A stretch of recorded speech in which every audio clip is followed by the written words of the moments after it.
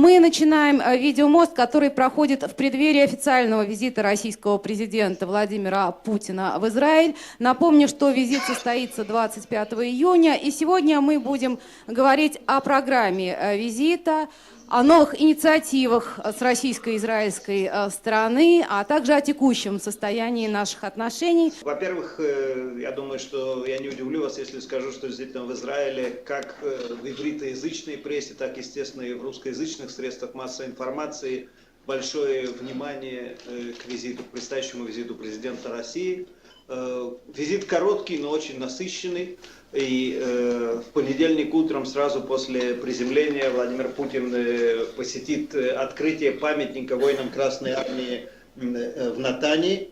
И должен сказать, что эта идея, которая была озвучена на встрече, у меня была честь присутствовать на этой встрече в Москве во время визита премьер-министра Нетаньяху в Москву. И идея очень понравилась русской стороне.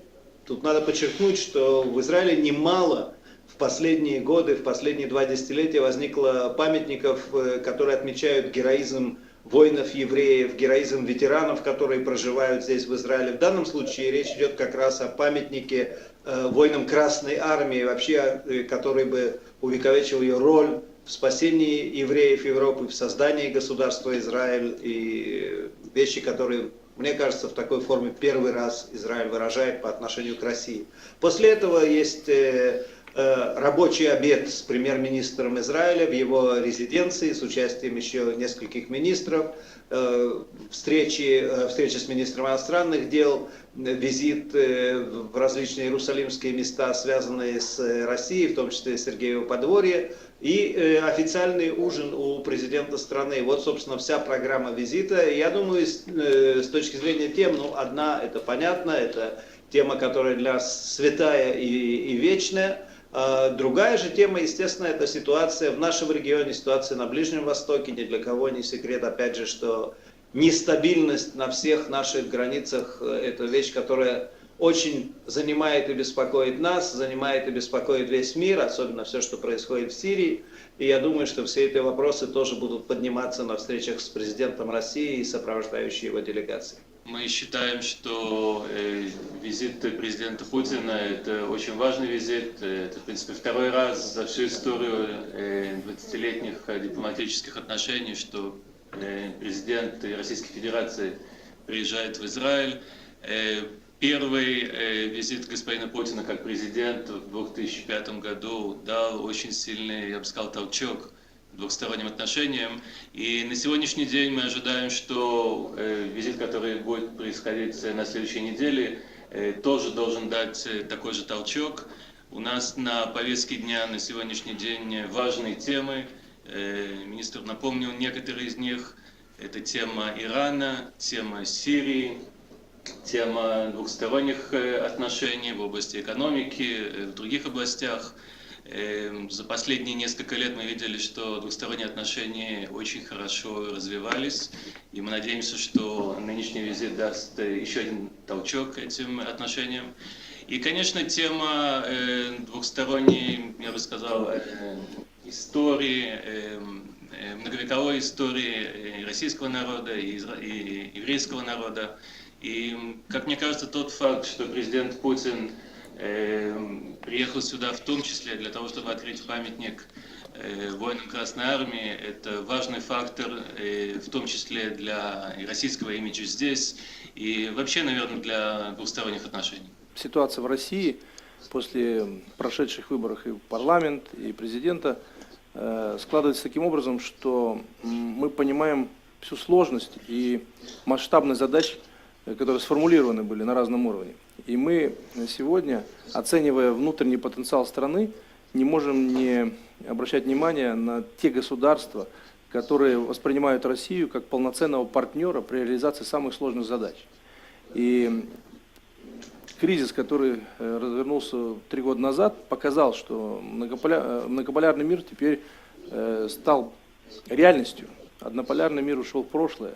И, соответственно, Россия не только поддерживает традиционные связи с теми государствами, с которыми эти отношения развивались долгие годы, но и достаточно легко и комфортно переходит к очень сразу тесным контактом с теми странами, которые действительно видят в России, как я уже сказал и повторюсь, полноправного и полноценного партнера.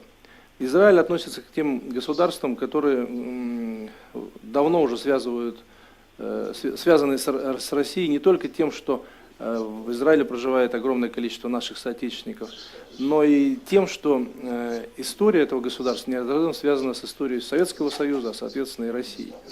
И последние годы, особенно вот эти 20 лет, они были непростыми для наших государств, но что отрадно, на сегодняшний день мы можем констатировать достаточно высокий товарооборот, оговариваясь прежде всего тем, что сама структура этого товарооборота, конечно, требует гораздо более серьезных изменений.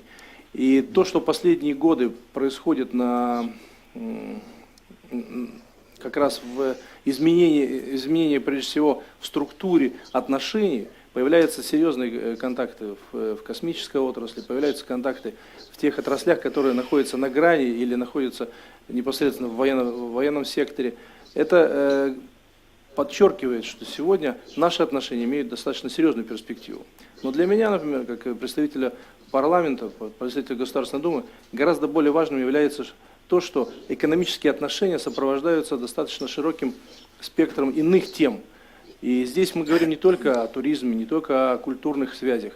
Мы говорим прежде всего о том, что сегодня наши государства вовлечены в достаточно серьезные процессы геополитических изменений или тех процессов, которые можно отнести к геополитическим по масштабам своим геополитики.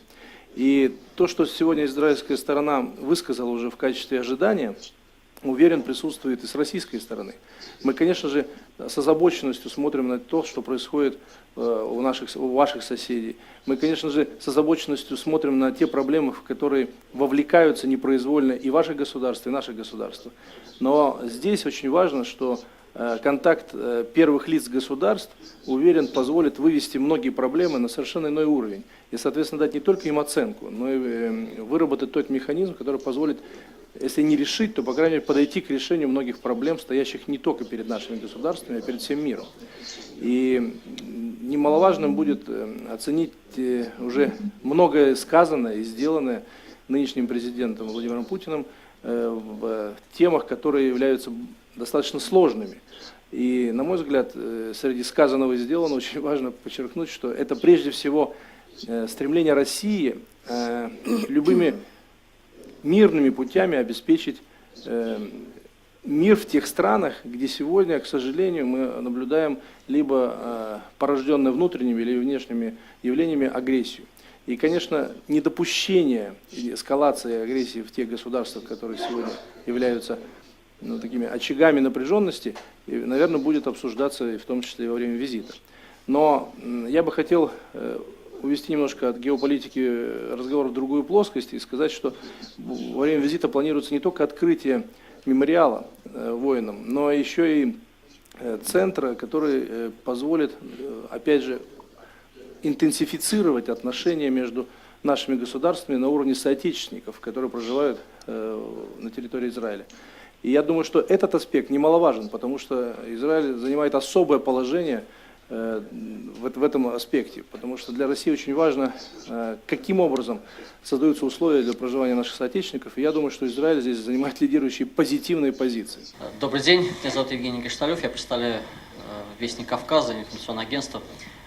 Не так давно наша делегация была в Израиле и подписала большое соглашение с группой русскоязычных СМИ, которые работают в Израиле. И в связи с этим два вопроса неполитического свойства.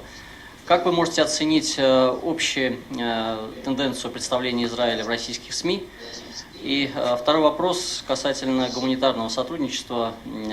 Очень много есть примеров, когда российские вузы открывают филиалы в разных странах. В частности, вот в Израиле есть тоже русскоязычная диаспора, по сути. И как вы относитесь к идее тому, чтобы какие-то российские вузы большие открыли свои филиалы в Израиле? Я могу сказать, так как это выглядит с нашей стороны, мне кажется, что на сегодняшний день, опять же, в том числе как результат сложившихся контактов и диалогов на очень разных уровнях, не только и не столько на политическом уровне, и израильский имидж в России, и российский имидж в Израиле, наверное, более лучше, более позитивный, можно сказать, чем это было, скажем, 5 или 10 лет тому назад.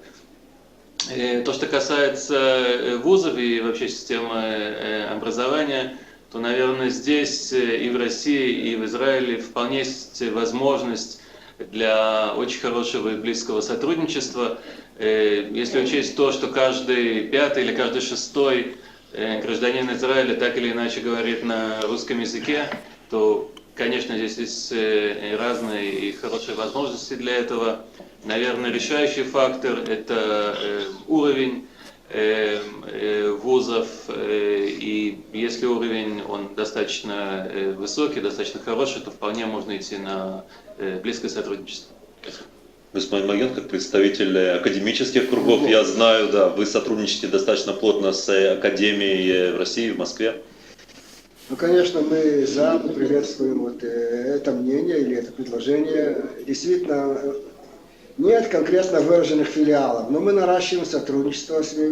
Осмелюсь проинформировать, что как раз в это время выстраиваются отношения между нашим институтом, это при Тель-Авивском университете, и с Институтом Востоковедения Российской академии наук. И мы надеемся, что мы через пару месяцев проведем большую конференцию совместную у нас здесь в Израиле. И если сможем в какой-то мере продвинуть и вопрос филиалов, то, конечно, будем только приветствовать.